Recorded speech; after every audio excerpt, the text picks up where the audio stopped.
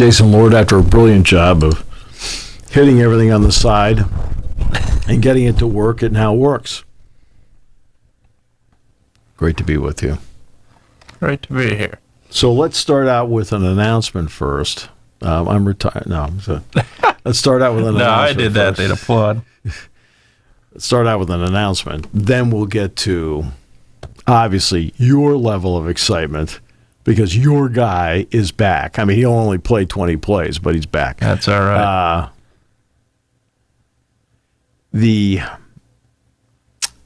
For those who have asked about Seven Mountains and the delay in the stadium on 99.5 FM, right, that will continue.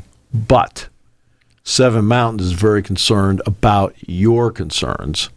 So they've decided to take the same feed because the translator is only on one station. And it turns out it's 99.5. That's why the delay.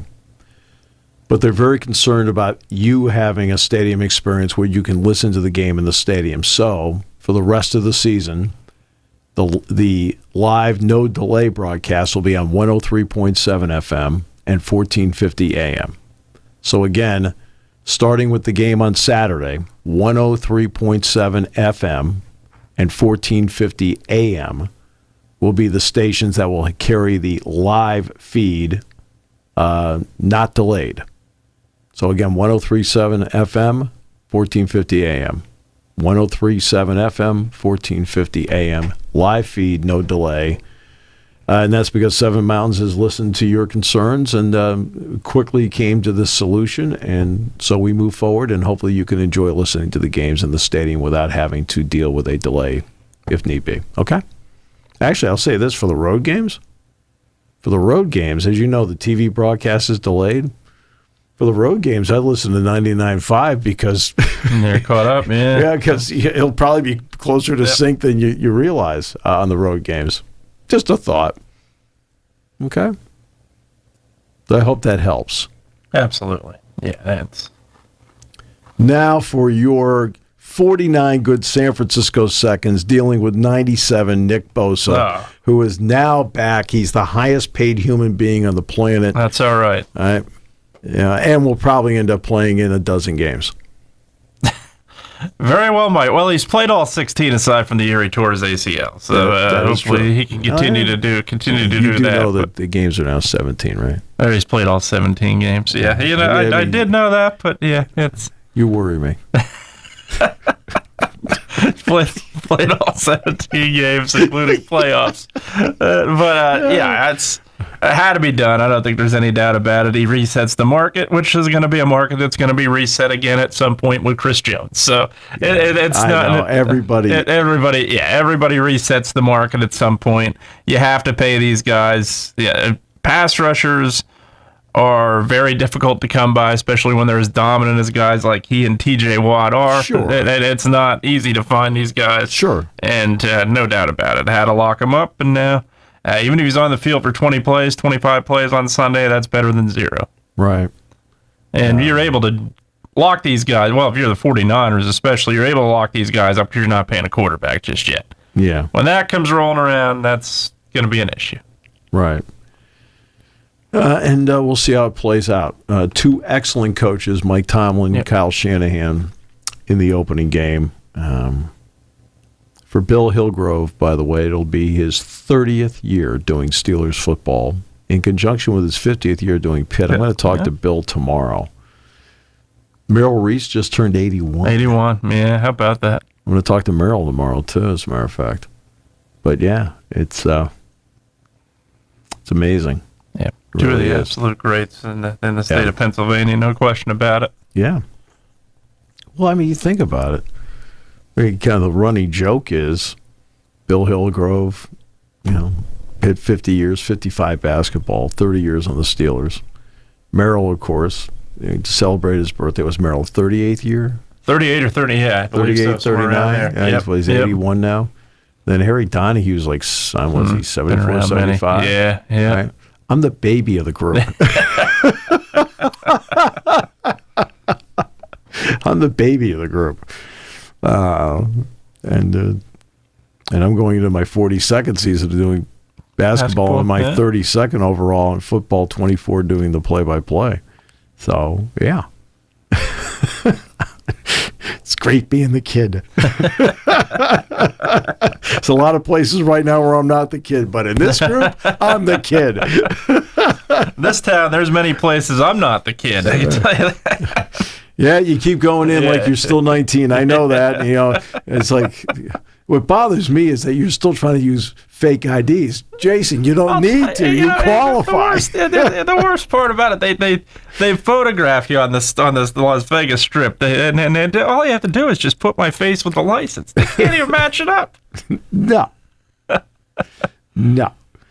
All right. And tonight, Chiefs and Lions.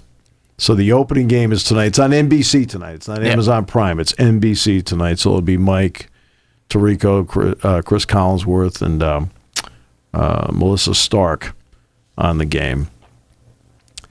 And also tonight, Murray State and Louisville. Now, I know your pulse is racing the second I mention that. You're going to have to make a big decision between Patrick Mahomes and whomever the heck plays for Murray. I'm just going to say that. If you can name 5 players at Murray, I think the decision's been made. I don't even know if their play-by-play guy can name five guys. I'm just kidding. But that's tonight. Then tomorrow night, you want to get a look in on Illinois. They have Kansas tomorrow night. Yeah. That's the Friday night game. And needless to say, it'll be the game I'll be watching. And looking forward to that. But yeah, it's week number 2, and Alabama and Texas will play each other. That is in prime time on Saturday on ESPN. It's interesting. The quality of the game means everything to the viewership of a game. There's certain programs, Ohio State, Penn State, Michigan, Alabama, Georgia, that will draw a really terrific base crowd. And let's face it, Penn State played West Virginia the other night. They got, 3.7 million viewers, topped out at 4.4. I mean, you know darn well the huge chunk of that were Penn State fans. Sure. Just the way it is. Yeah. You know, because Penn State has a track record of drawing as a base. And that's... now, the Delaware game is on Peacock. Now, the cool part is, I think Brendan Burke's doing the play-by-play, but Michael Robinson's going to do the analysis, which is great. It'll be great to see him back. Wouldn't doubt he's at practice tomorrow, but it was great seeing him. Second week in a row he gets a chance to be here. Well, it was great seeing him last week. Really great seeing him last week. And he'll do a great job. Yeah, absolutely. And he's been one of the very best. Somebody taught him in the sports broadcasting class, I believe. Well, some people succeed in spite of the people who teach them.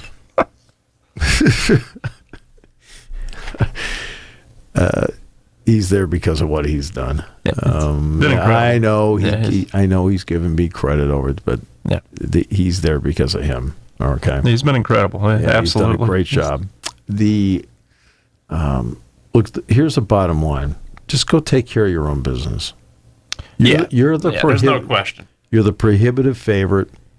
Don't come swaggering in, which they won't. I mean, it's interesting. We were talking about this yesterday. Like Singleton and Allen run with attitude, but the second the play's over, don't have attitude. Right. All right. Aller. Attitude? I've never seen it. Are you kidding me? No. I mean, these guys are like Allen, Singleton, Aller, just to name 3 guys. Olu's the same way. They're so grounded. And you're talking the best offensive lineman in football. They're so grounded. Yeah. It's stunning. I mean, the vast majority of the guys are grounded. The vast majority, okay? But, these are, big-time players. Right? And they're just so, grounded. No edge. No tude. Look, you have to just go out and just execute and take care of your business. I mean, are you the better, more talented team? Yes. You're the prohibitive favorite? Yes. Just go play. Just go play. And see, in basketball, I can always tell when a team thinks it has it made, when they're the prohibitive favorite. They start firing up shots like where you're sitting there like, that's not your shot. Why are you shooting it? Because they don't think they're going to lose. And you're sitting there, and they'll come down the floor like 5-6 times. Like, what? And they'll take a quick shot, and it's a deep shot, and they're not good at either. And I'll sit there and go, what are you doing? Just execute, win the game. Football is less obvious but you can kind of spot it a little bit by, how a team is playing, maybe a little disjointed. Basketball is easy to spot because of what I just talked about. Right? Like, excuse me, Bobby, you don't even take that shot and shoot around. What are you doing here? Right? And you can see it right away. When a team thinks they have it made in basketball, football's a little more difficult to spot because of the 11-on-11 nature. Suddenly out of nowhere, somebody's getting beat that shouldn't be getting beat. Maybe they gamble a little bit more because they think they can. I don't know. But just play your game. Just go out, okay? Make sure you get to the lead early. Play with the lead. Don't do anything silly. Don't turn it over, anything like that. Don't give them any hope that they've got a shot in this game. Don't be Texas State and Baylor. Don't be that, okay? Don't be. And just execute your plan. Sounds simple, but that's the reality of it. You have a chance for a second straight week to run plays or defend plays against an opponent before you start conference play. Because the next 3 games after this will all be conference games. So you have to go out there and against live competition.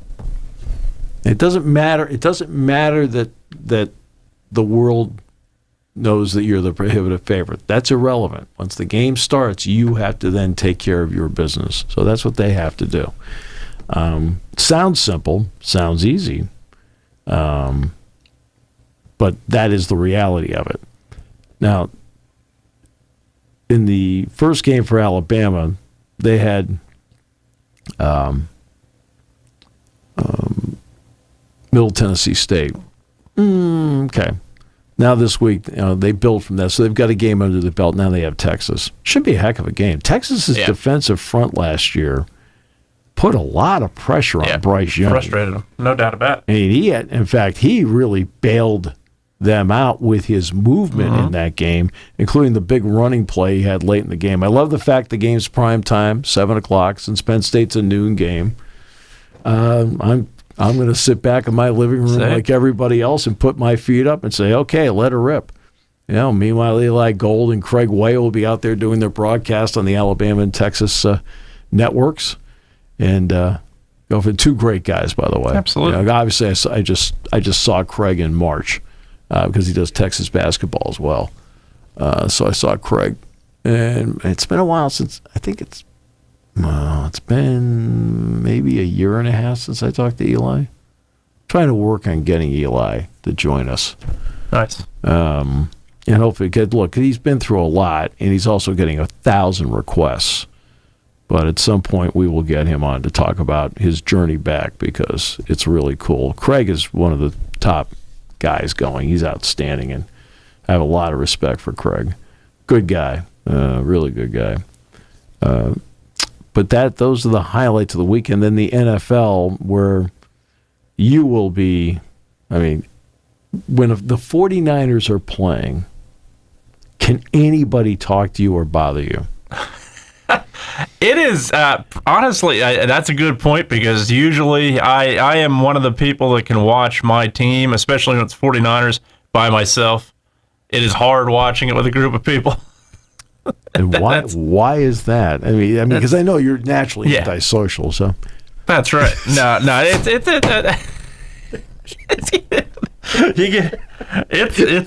the one team that I just. I hope you guys understand it, how much we're kidding around here. That's the one team that I watch where it's like I'm just so focused on it. Yeah. Yeah. Well, obviously, when Penn State, I'm at the stadium. I'm focused. Yeah, I mean, you're working. You're working. But that's that's the 49ers are the one team I'm focused on. I'm looking at it, and it's literally the one team that I just almost have to watch with no people around. No furniture's been damaged, I can assure you. I mean, years ago it might have been. Probably was. Yeah. When they do something wrong. On their own or via assistance? Well, no. I mean, something goes wrong. Yeah. I mean, it could be just, look, I mean, many, I'm going to go 40 plus years ago. Joe Paterno's told me something that stuck with me forever in terms of how I look at a game. He said, Steve, always remember, sometimes when things aren't going right for Penn State, it's because the other guy has the ability to do something right. Do something right, yeah. Right. Sure. Now, I know when it comes to the 49ers, you don't believe that. They haven't lost the game yet. It's a scorekeeper. Right. But when it goes wrong, do you get... How upset do you get? It depends. Sometimes vocal, yeah. It also depends on the opponent. Depends on what caused it to go wrong. Yeah. If it was a boneheaded play, I definitely get vocal. The boneheaded play. Boneheaded play meaning you have them stopped on 3rd and 4, and then you club them out of bounds. Well, that's because your team is just an overly aggressive group. I mean, everybody knows like that. Azeez Al-Shaair last year hitting Justin Fields in week 1 and 20 minutes late. Yeah. So that gets more vocal.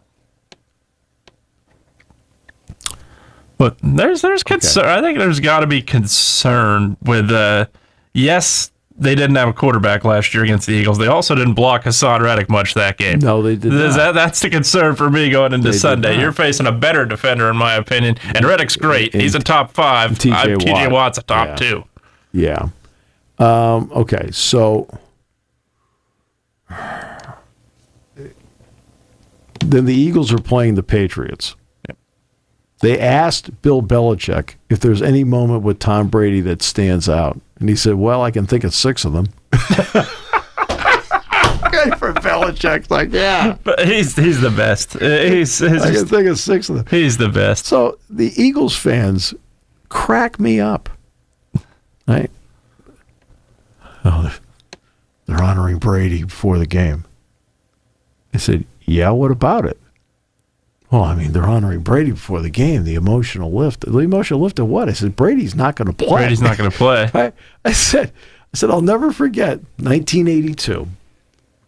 Penn State goes, and Notre Dame, and I've told this story before, Notre Dame had a history of beating teams on a consistent basis that had never played in South Bend before. First time in, they beat you. So Penn State was going to South Bend in 1982 for the first time. Because the first game of the series in 81 was here. And Joe got up in front of the team and he looked at him. He says, hey, look. He said, I can tell you right now. He says, all those great names that you see in the history of Notre Dame football, he says, I can tell you, when I look across the sideline, that will not be Newt Rockne. He said, and the 4 horsemen are not coming out of the ground to play you. He says, you're the better team. Go beat them. And Penn State did. They won the game. Well, they won 24-19. Yeah, that was a close game. Yep. I remember Alan Pinkett played a good game. But Penn State won the game. Tom Brady is not suiting up. No. I looked at it, I said, you have Jalen Hurts. They have Mac Jones. Better team. I said, you're done. Yeah. 1 through 53. The Eagles have the best roster in the NFL. It's close. I think it's very close. I think via quarterback, I would probably give them the nod over the 49ers, but the Niners, the talent the Niners have is pretty close. I think they're the two. Talent-wise, 1 through 53, I think they're in 1 and 2. Chiefs, obviously, who is the best team, because just via by position, they have the best at several. Sure. I would give the Chiefs the nod still, but I think, in the NFC, in 1 through 53, I think the Eagles and 49ers are very, very close. Yeah.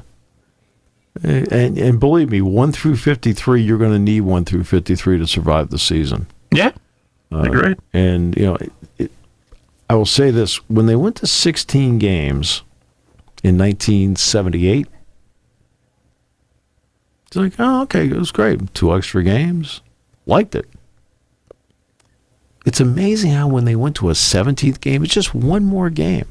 After being at 16 games for 40 years, right?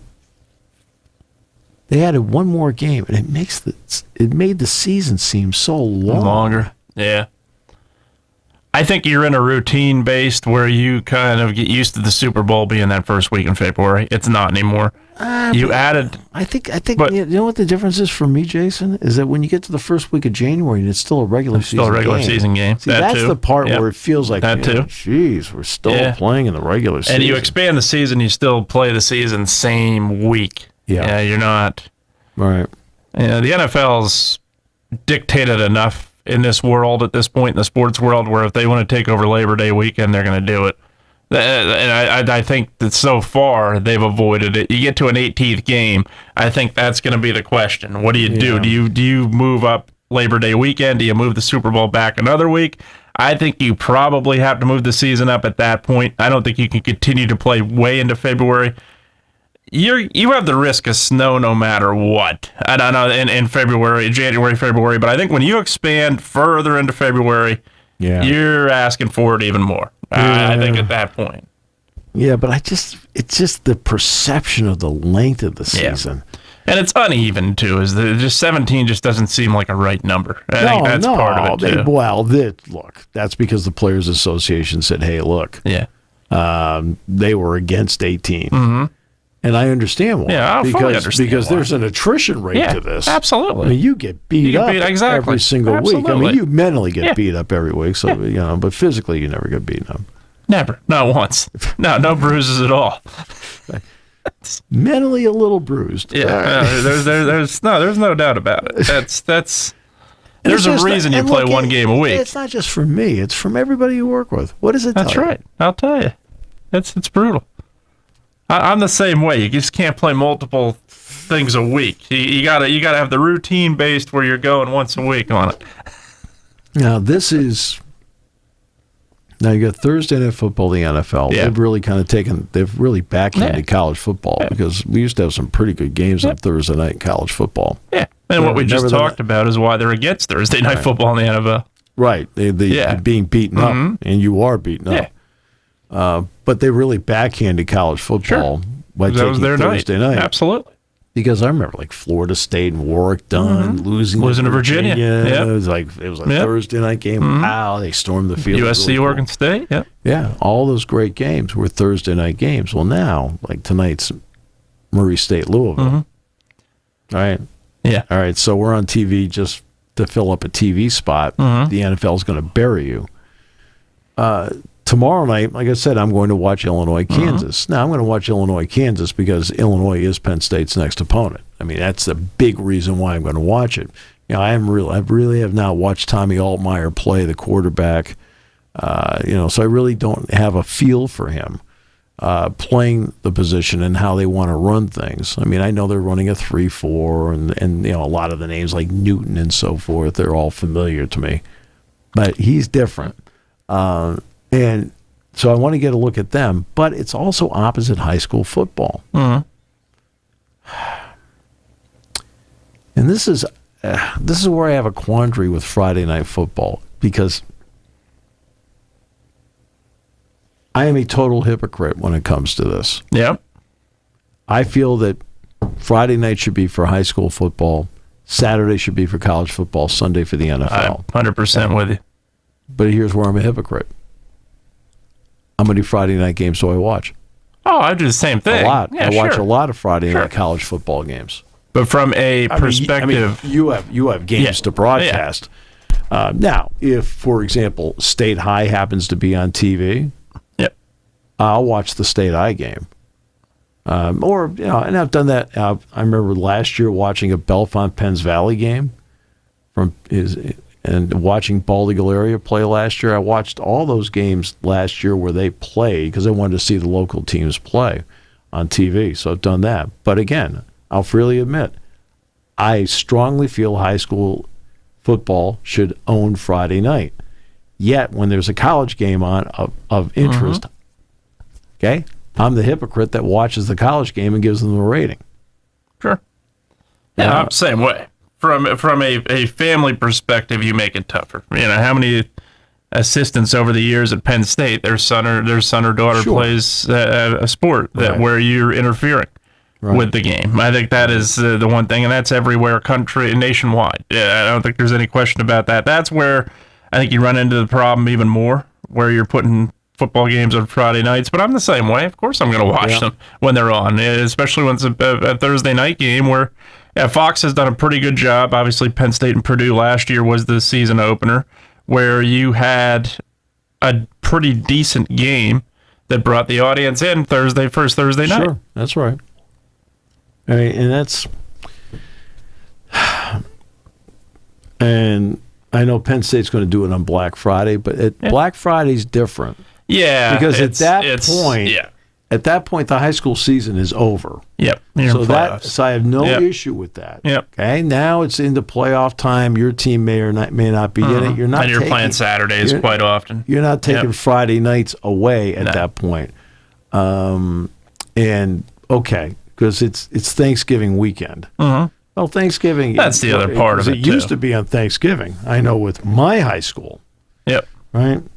We would close the season on Thanksgiving Day, and we had a crosstown rival. Now, this high school that was there before the town has changed over the years. So because it's changed, you don't have as many young people, and so there's only one high school. So the crosstown rival was vanquished. They closed the building, and deservedly so. I mean, they're just not good people. That's right. That's right. I say the same about our rivals.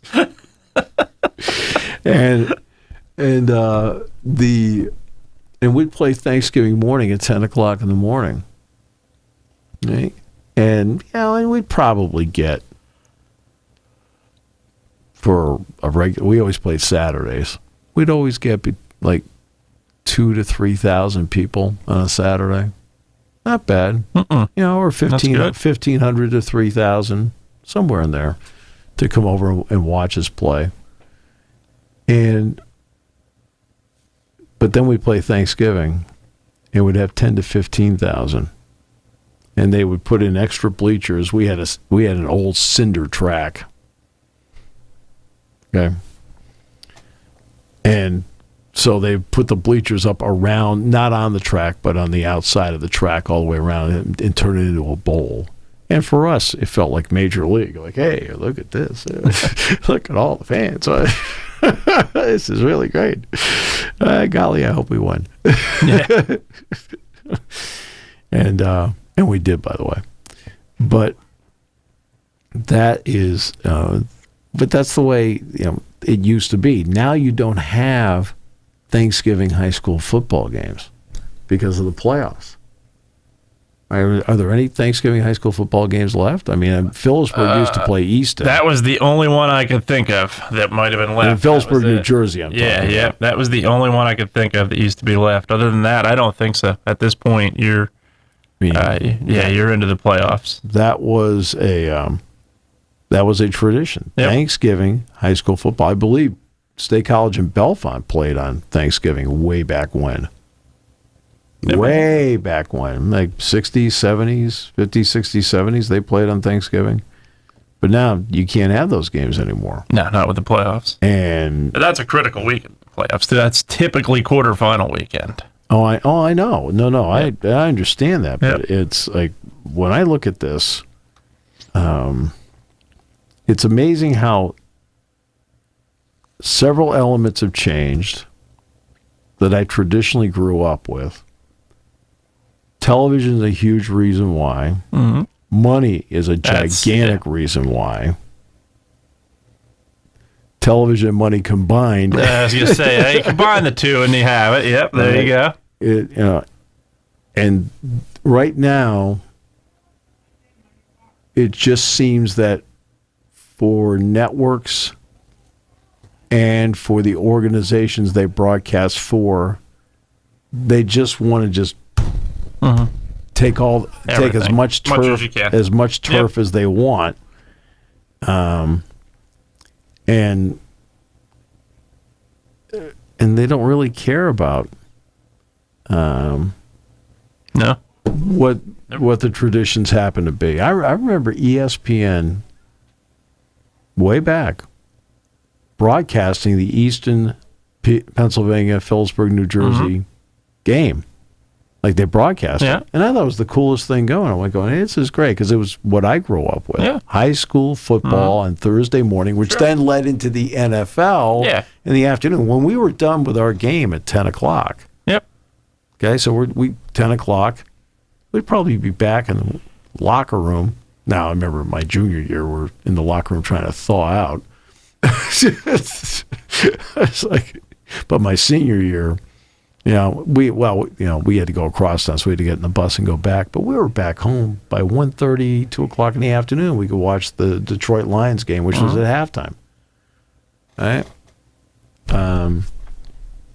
Same thing. And I just think that I don't like losing that stuff. No, and you even go as far with Christmas Day. I think you've lost a lot of stuff. You go back to when we were growing up. You had the Blue-Gray Classic that was on through the. Well, you didn't want your players in the Blue-Gray Classic. No, you certainly didn't. You want to know why? You weren't in a bowl game. You weren't in a bowl game, baby. Absolutely. But nowadays, the NBA and NFL have taken over Christmas Day. NBA, I think more so, it is still. I think when you're looking at the NBA schedule, you're to ask Adam Silver, what's the one day you want the whole audience, the whole world watching, you want to make it singled out your one day, it's Christmas Day. Christmas Day. NFL, I think, is Christmas Days a little bit of a luxury. Now they have big games coming up this Christmas. They had some good games last year, too, but I think ultimately the end of Christmas Day, it's been taken over by both, but it's ultimately the NBA's spot, without a doubt. And there's a lot of people that don't want to compete with the Christmas Day deal. No. There's a lot of people that don't want to compete with it. In other words, okay, the NBA's got it, they're doing it. Yep. And you know what? Like, let's give our people the day off, which is, I think, fine. It's their day. So and the ratings sometimes on certain holidays are not as high as people suspect they would be. You look at the college football playoff on New Year's Eve. Right. Did not resonate. Well, people watched it. But you know what? I'm glad you brought that up, because this is something we talked about when it first came up. What's the tradition? And this year, by the way, the ratings will be really good. Why? New Year's Day. Because this day, it's going to be New Year's Day, and it's going to be the Rose Bowl and the Sugar Bowl. Okay, those are the semifinals this year, Rose Bowl, Sugar Bowl. And the first year they did the playoff, what were the two bowl games? The Rose Bowl and the Sugar Bowl. Yeah. So on New Year's Day, right, Oregon won the beat Florida State. Florida State in the Rose Bowl, and Ohio State won the Sugar Bowl by beating Alabama. Yep. The ratings were like through the roof because it was a combination of factors. First ever playoff. Okay, so now you feel like you're watching meaningful games.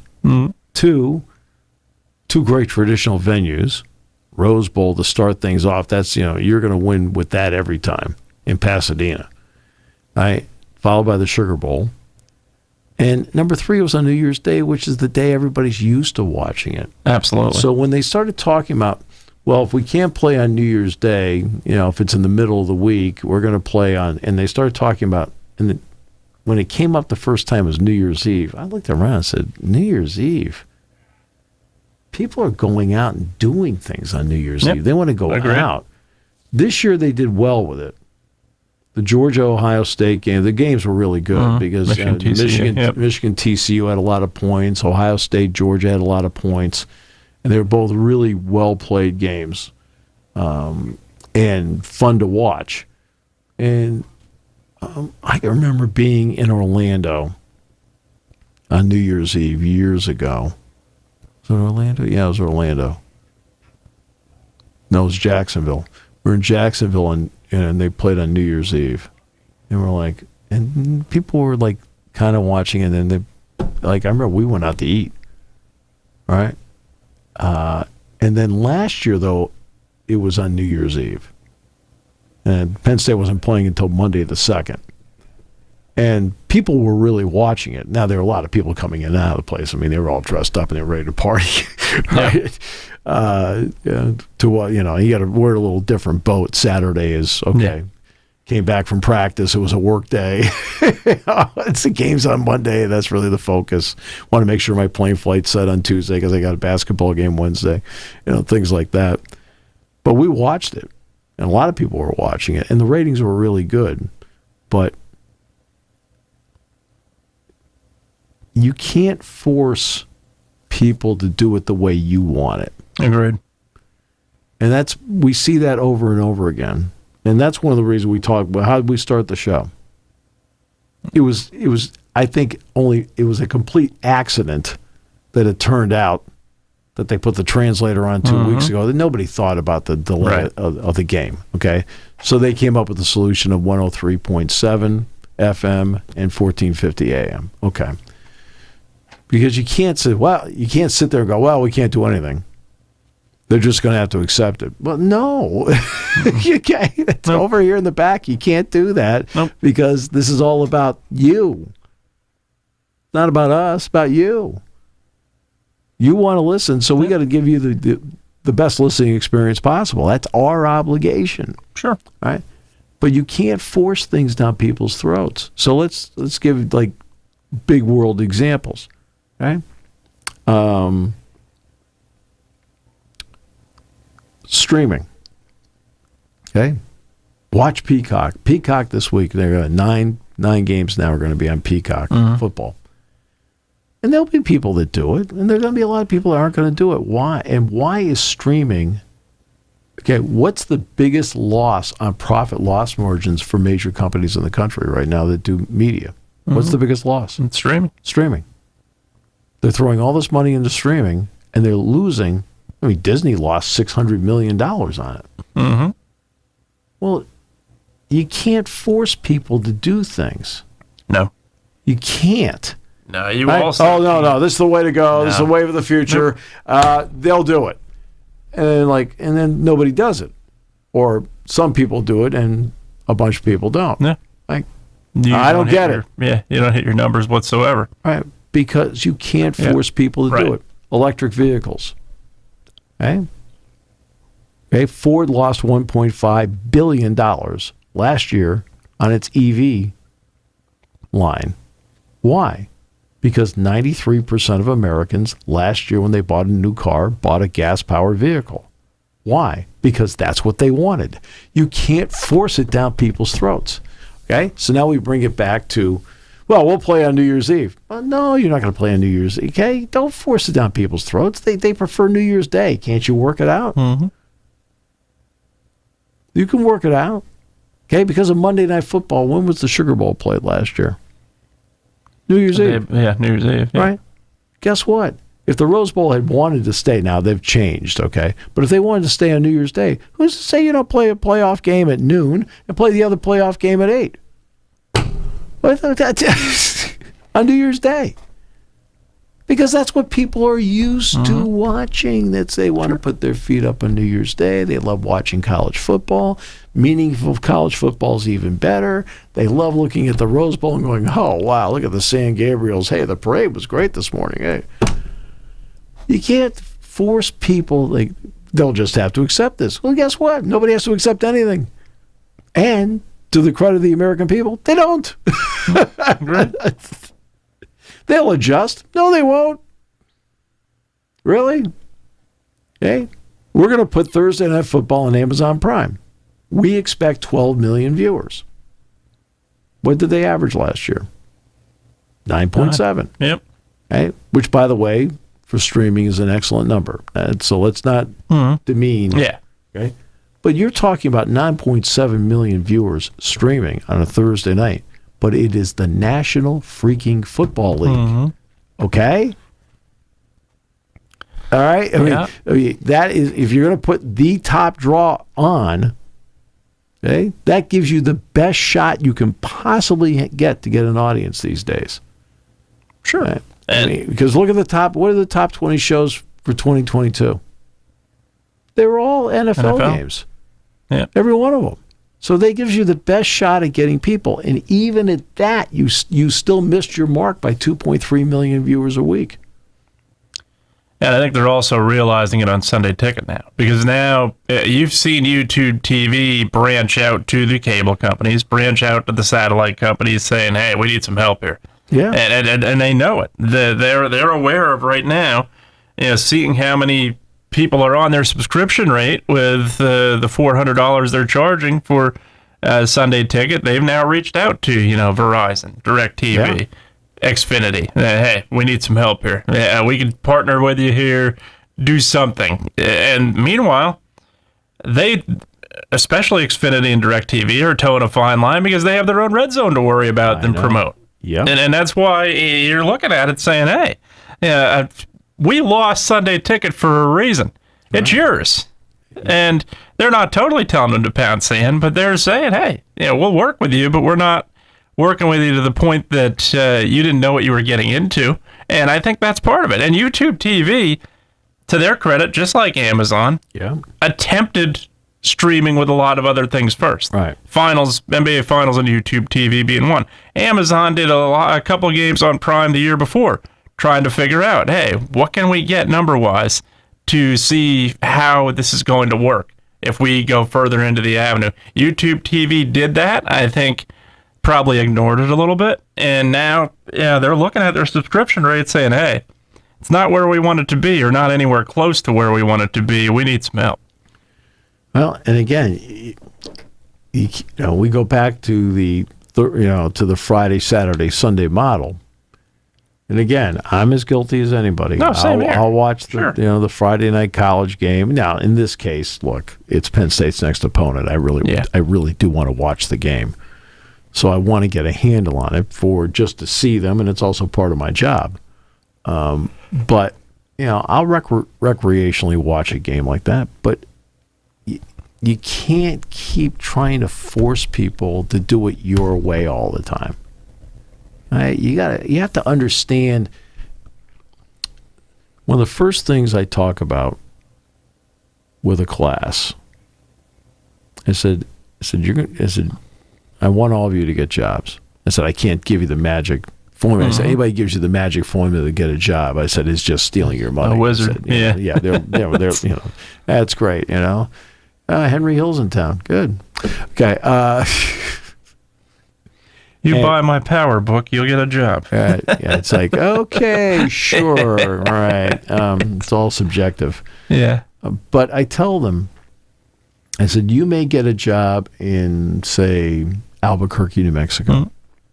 You are a gigantic Flyers fan. I said, how many times are you going to talk about the Philadelphia Flyers on your Albuquerque sportscast? I said, you can't. I said, you're going to go in there and your job is going to be to talk about University of New Mexico football, University of New Mexico basketball, the Albuquerque Isotopes, okay, Albuquerque, Santa Fe, high school football on a Friday night, maybe some New Mexico State, football, basketball, whatever it may be. I said, that's going to be your job. Oh, and by the way, what's the balloon capital of the world? I said, Albuquerque, New Mexico. I said, they have a balloon festival every year, and guess what? As part of the station, you're going to have to be a part of that. I said, which part of it has you talking about the Philadelphia Flyers? I said, you're going to have to check in your interests at the door because your job is to make sure that you are conforming to the interests of the community that you are serving. I said, it doesn't matter what you think. It matters what they want and what they think. This is all consumer-based. It's what do the people want? And that's really, that is one of the more important things that happens for any broadcast entity or for any sports entity. What do the fans want? That's why I talk about the kickoffs all the time. Right? It always has bothered me, the 6-day windows. Mm-hmm. Right? Agreed. Okay, you're doing this. Okay. The oddity is TV networks want people in seats. I mean, you don't think NBC did not sit there and relish 110,747? Because several things. Number one, the sound is coming through the set. As Noah and Todd are talking, it's coming right through the set. TV loves that, right? The sights. Let's do an aerial shot. Where are the empty seats? Okay? There's a stripe down the middle, 10 yards wide. Everything else is white. The visuals are off the charts. Every single play, you're not sitting there as the director in the truck worrying that you've got a shot that's showing empty seats. Okay? They want you at the game. Mm-hmm. That's why I object so much to the 6-day window thing, because you have to make it easier for fans to get to games, because it's great for the it's great for the game, it's great to get them in there, it's great for the home team, and it's also great for TV. They benefit by having you there. The last thing they want to do, I mean, what's one of the problems when you watch an XFL or a USFL game? You see empty seats all over the place. It feels like there's no interest, which then in turn makes you have no interest. It's amazing how the fan, like, we'll watch Alabama and Texas on Saturday night. Bryant-Denny Stadium is going to have 101,000 fans. There will not be an empty seat anywhere, right? It's going to come through the TV set. You're going to be drawn in by it. So TV wants that. There's no need to have a 6-day window. Right. None. Zero. Zip. Zilch. You have to be really bordering. Okay? We could sit here right now and tell you what the best games are for next week. Now. We could have told you that 2 weeks ago. Yeah. Right? Okay? And you're not going wrong any way you look at it when you're saying, oh, it's between two games. And I go back to when Penn State played Michigan at noon last time. That was, 2 years ago? Yeah. Yes. We're determining between that and Ohio State and Purdue. Okay, Ohio State's going to draw. Penn State's going to draw. They both are. It doesn't matter. It doesn't. Yeah, you're not going to lose any way you look at it. And you know what network had the choice of the game? The public doesn't, but the network itself knows coming in. I don't understand it either. I don't understand the 6-day window whatsoever. I think it's a big the heck with you to the fans, which is not right, because and that's we're paying the freight, so you're gonna do what. Yeah. And again, we're gonna force you to do what we want on no notice, on very little notice. Right. Are these people paying their hard-earned money coming to the game? Well, this is very difficult to do. Bull. No. As I say a million times, okay, and I'll say it 1,000,001 here. Okay, on degree of difficulty. Yeah. Manhattan Project. Yeah. Atomic Bomb. 10. Yeah. Okay. Scheduling a football game of your network less than 1. Yeah. Okay. Okay. If you feel you need 6 days to make your final decision, okay, you really are, with all due respect, a complete idiot. Yeah. It's true. Yeah. I mean, seriously. Oh, you don't understand what we go through. I don't care what you go through. This is for the people. It's for the people that matter the most. Okay? Yeah, it's the fans. This is for the audience. It's not about you. Mm-hmm. Our great production team. Hey, look, they're all great pros. They all do great work. But guess what? And they're all going to be there no matter what. And guess what? Okay? What are you doing it for? Yeah. What are you doing it for? It's never about you. It's about the fans. The fans are what matter most. All the time. The fans mean everything. And the fans are not a rating point. No. Okay? Nope. They're people that love the sport and love the teams that they're watching. And they've also shown, no matter the sport, no matter the organization, when you tell them to get lost, they will do the same to you. Yeah. They will do the same to you, and rightfully so. Yeah. Rightfully so. They are what pay your salary. They are what you should appreciate the most, hands down, beyond a shadow of a doubt. Now, as a school, yeah, the players, the coaches, absolutely, administrators, anybody associated with the game, certainly, but the fans are in that priority level. Sorry, but I mean, you need all three parts. Mm-hmm. You need coaches, Yep. management, Yep. players, Yep. and you need fans. Sure you do. Because guess what? In the USFL and the XFL and in the Mountain West, they have players, coaches, and management, Yeah. but they don't have any fans. And fans. Okay. That's a big Why problem. the XFL lost, $80 million or $85 million? I mean, this is all about making, okay, the fans are the heartbeat of sports, always. Okay, no fans, no games. I mean, Right? I mean, how many leagues have died because there was no fans? Yeah, absolutely. Okay, and you can't just go around and keep trying to sell something to somebody and they sit there, okay, really? Like, there's thousands of entertainment options out there. Yeah. Right? Why did Taylor Swift's concert tour go so well? Because she put out a product people loved and were interested in. Sure. Bruce Springsteen, 73, is still out there cranking away. Why? Because people love what he does. Metallica, not so much. Yeah. Well, you hope the boss gets well soon, speaking of Springsteen. Right. But Metallica, it's like... Yeah, I mean, people just show up because they beg them. see, I'm finally glad that you see things the way the rest of us do. You finally came around to that kind of understanding. But, you know, you go to Metallica concerts, okay? They put out what the people want. Sure. Right? They have a segment of fans. It doesn't appeal to everybody, but they have a segment of fans, and they appeal to it. They get who their audience is, and they play to their audience. What do you think the boss did? He played to his audience. What do you think Taylor Swift does? Plays to her audience. Okay, well, guess what? Right? This is what networks have to understand. Okay? You want the audience to show up. Don't do it. Don't start pulling the 6-day thing and be like, oh, I have no idea. When's the kickoff next week? I don't know. Right? And I always like that. Well, we get it out there Saturday. I don't care. It's irrelevant. I don't care. It's irrelevant. You're still again. If you that's a 7-day window or less than a 7-day window. If you can't figure out what the best games are 12 days out, okay. Or at least figure out that you have an even matchup when you're looking at this team against this team. Because that's always the debate. Well, we're deciding between Michigan and Ohio State. Well, guess what? You're going to draw no matter what.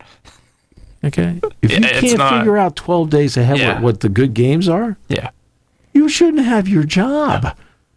Right? No, but these are the same people. To the fans. I mean, again, at ESPN, these are the same people that thought it was worth carrying Bishop Sycamore. All right. Did a lot of research on that one. Yeah. But we do 6-day windows for college football, and we just kind of approve this other group. Hey, great. Like, what the heck is this? What am I watching? Yeah. Worldwide leader. Yeah. Okay. Well, back tomorrow. We'll preview your high school game tomorrow. This State High needs to get back on track. Adam Sheets was great. You need to get back on track. No, I'll say I bring him down a little. Oh, do I know how he feels?